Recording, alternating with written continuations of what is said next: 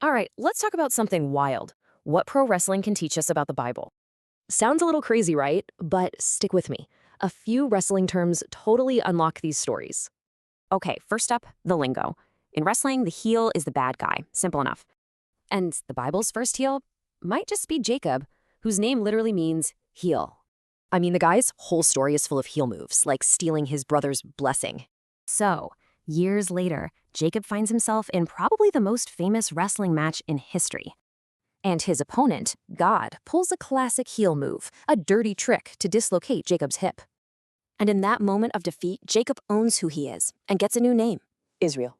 Which brings us to another wrestling term, the carpenter. This is the guy who makes others look good.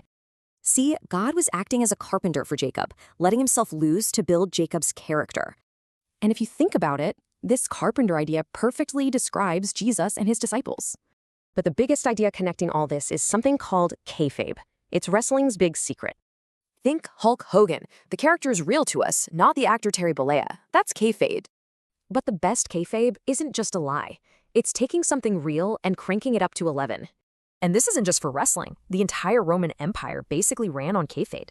Which brings us back to Jesus. He used this concept perfectly to manage his own story. He orchestrated the whole thing, creating confusion so he'd get arrested. It was scripted. Because if the powers that be knew the real plan, well, they never would have gone through with it. Okay, so the final lesson from all this is about legacy. It's about knowing how to lose. See, the greatest wrestlers know how to end their careers by passing the torch to a rising star. You see two paths. Dustin Rhodes owned a bad gimmick, while Bret Hart got bitter. Bret Hart himself said his bitterness was like carrying around a big bag of rocks. He had to drop it.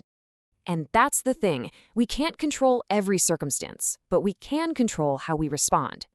So it makes you wonder, if our life is a story, how are we going to write our finish?